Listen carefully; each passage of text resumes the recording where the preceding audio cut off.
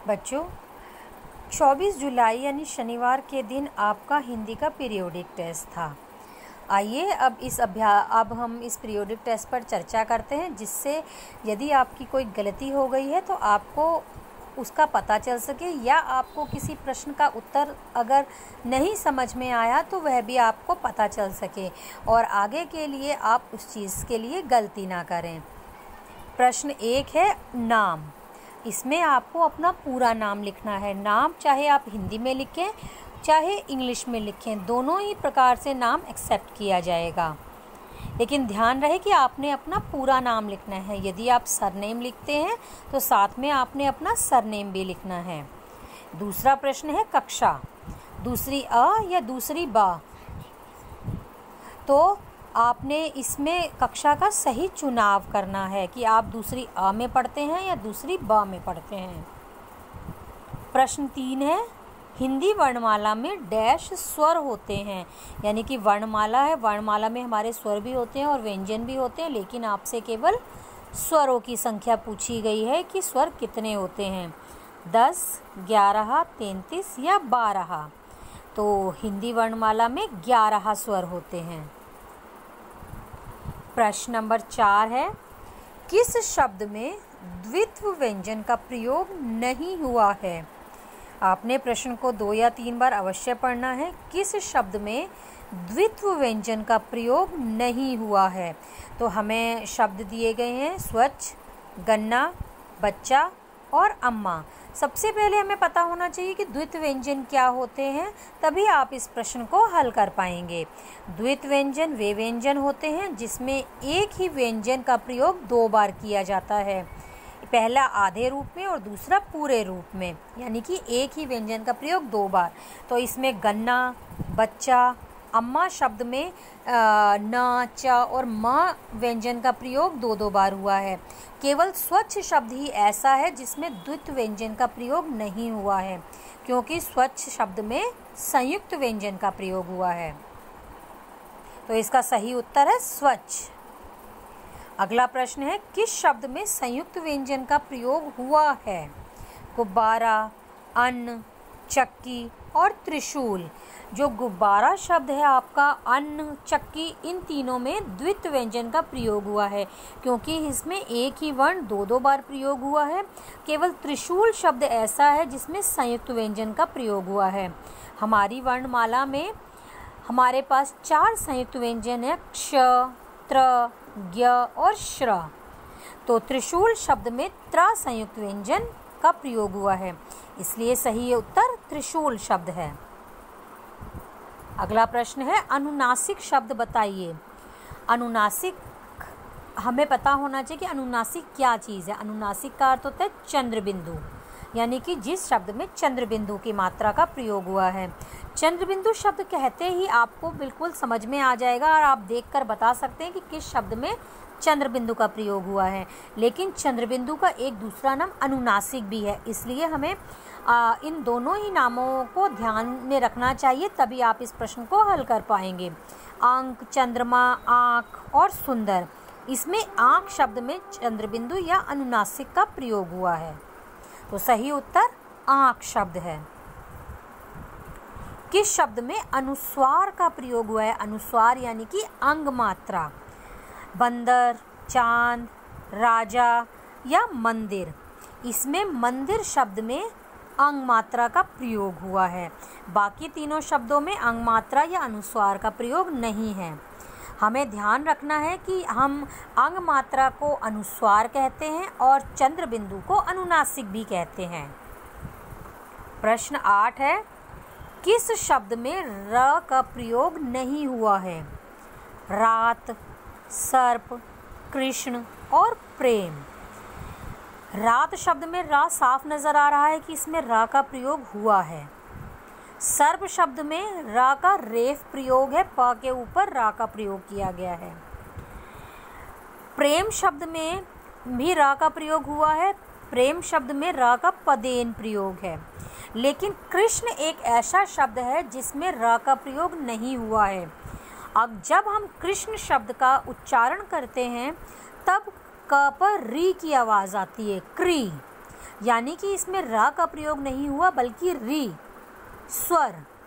स्वर का प्रयोग हुआ है और बाकी तीनों शब्दों में र व्यंजन का प्रयोग हुआ है, इसलिए इसका सही उत्तर कृष्ण है। 9वां शब्द है चित्र देखकर शब्द बताइए। देखिए आपको यहाँ पर एक पेड़ दिखाया गया है और इसकी जड़ों पर फोकस किया गया है। तो आप शब्द देखते हैं क्या है, झड़, जड़, जड़, झड़। तो सही उच्चारण भी देखिए कि क्या है, जड़। तो दूसरा शब्द जो जड़ है वो इसका सही उत्तर है। जड़ दिखाई गई है तो आपने जड़ की सही वर्तनी बतानी है। सही वर्तनी बताइए। एक ट्रक का चित्र है और चारों ही विकल्पों में ट्रक शब्द लिखा हुआ है और आपने इसकी सही स्पेलिंग बतानी है, तरक, तर्क, ट्रिक या ट्रक। तो जो चौथा शब्द है ट्रक, वो इसका सही उत्तर है। 11वां प्रश्न है ऊंट का क्या क्या ऊंचा होता है, सिर और पैर, पीठ और गर्दन, गर्दन और सिर या सिर और पीठ। यह प्रश्न आपके रिमझिम पुस्तक का पहला पाठ ऊंट चला कविता से लिया गया है और उसमें बताया गया है ऊंची पीठ, ऊंची गर्दन, ऊंची पीठ। तो इसका सही उत्तर है पीठ और गर्दन, यानी ऊंट की पीठ और गर्दन दोनों ही ऊंचे होते हैं। अगला प्रश्न है शेर का बच्चा कहाँ सोया हुआ था। यह पाठ भालू ने खेली फुटबॉल से लिया गया है। आपने इसका उत्तर पाठ के आधार पर ही बताना है कि सेब के पेड़ पर, बिस्तर पर, जामुन के पेड़ के ऊपर या जामुन के पेड़ के नीचे। तो पाठ में बताया गया है कि शेर का बच्चा जामुन के पेड़ के नीचे सोया हुआ था। इसका सही उत्तर इसका चौथा विकल्प है। 13वां प्रश्न है आफत शब्द का अर्थ बताइए। दुखी, मुसीबत, जंगल या बोरी। तो आफत शब्द का अर्थ है मुसीबत। 14वां प्रश्न है ऊंट किस पर चल सकता है, ज़मीन पर, आकाश पर, घास पर या रेत पर। तो ऊंट जो है वो ज़मीन पर तो चल ही सकता है, घास पर, लेकिन विशेष बात क्या है, रेत पर, क्योंकि रेत पर केवल ऊंट चल सकता है, कोई अन्य जानवर रेत पर नहीं चल सकता। तो सही उत्तर रेत पर है। पाठ भालू ने खेली फुटबॉल में भालू किस मौसम में सैर पर निकला था। तो पाठ के आधार पर हमें बताना है कि गर्मी के मौसम में, सर्दी के मौसम में, बारिश के मौसम में या बसंत के मौसम में। तो इसका सही उत्तर है सर्दी के मौसम में। 16वां प्रश्न है सर्दी से बचने के लिए हम किस चीज़ का प्रयोग नहीं करते हैं। इसमें ये नहीं पूछा कि हम किस चीज़ का प्रयोग करते हैं, बल्कि यह पूछा गया है कि किस चीज़ का प्रयोग हम सर्दी से बचने के लिए नहीं करते हैं। स्वेटर, जुराब, सूती कपड़े और कंबल। तो हम स्वेटर, जुराब और कंबल का प्रयोग तो सर्दी से बचने के लिए करते हैं, लेकिन सूती कपड़े हम सर्दी में प्रयोग नहीं करते। सूती कपड़ों का प्रयोग हम गर्मियों में करते हैं। तो इसका सही उत्तर सूती कपड़े है। प्रश्न नंबर 17 है रिक्त स्थान भरिए। ऊंट के पैर डैश होते हैं, मुलायम, सुंदर, गद्देदार या मजबूत। तो ऊंट के पैर गद्देदार होते हैं, जिसके कारण वह रेत पर आसानी से चल सकता है। अगला प्रश्न है कुत्ता एक डैश जानवर है, एक जंगली जानवर है, पालतू जानवर है, मोटा जानवर है या बुरा जानवर है। तो कुत्ता एक पालतू जानवर है जिसे पाला जा सकता है। अगला प्रश्न है ऊंट को रेगिस्तान का डैश कहा जाता है। ऊंट को क्या कहा जाता है रेगिस्तान का? हवाई जहाज, जहाज, नाव या बस। तो ऊंट को रेगिस्तान का जहाज कहा जाता है। तो सही उत्तर है इसका जहाज। प्रश्न नंबर 20 है रिक्त स्थान भरिए। माली ने शेर के बच्चे से डैश मांगा, रुपया मांगा, हर्जाना मांगा, फल मांगा या शुल्क मांगा। तो वैसे हर्जाना और शुल्क का अर्थ एक ही होता है, लेकिन जो हमारा पाठ है उसमें हर्जाना शब्द का प्रयोग किया गया है। तो माली ने शेर के बच्चे से हर्जाना मांगा। कौन सा जानवर बोझा ढोता है? हिरन, बाघ, बैल या लोमड़ी। तो इन चारों ही जानवरों में से बैल जो है वो बोझा ढोता है, उसे हम बोझा ढोने के लिए प्रयोग करते हैं। 22वां और अंतिम प्रश्न है, चारों ओर क्या छाया हुआ था।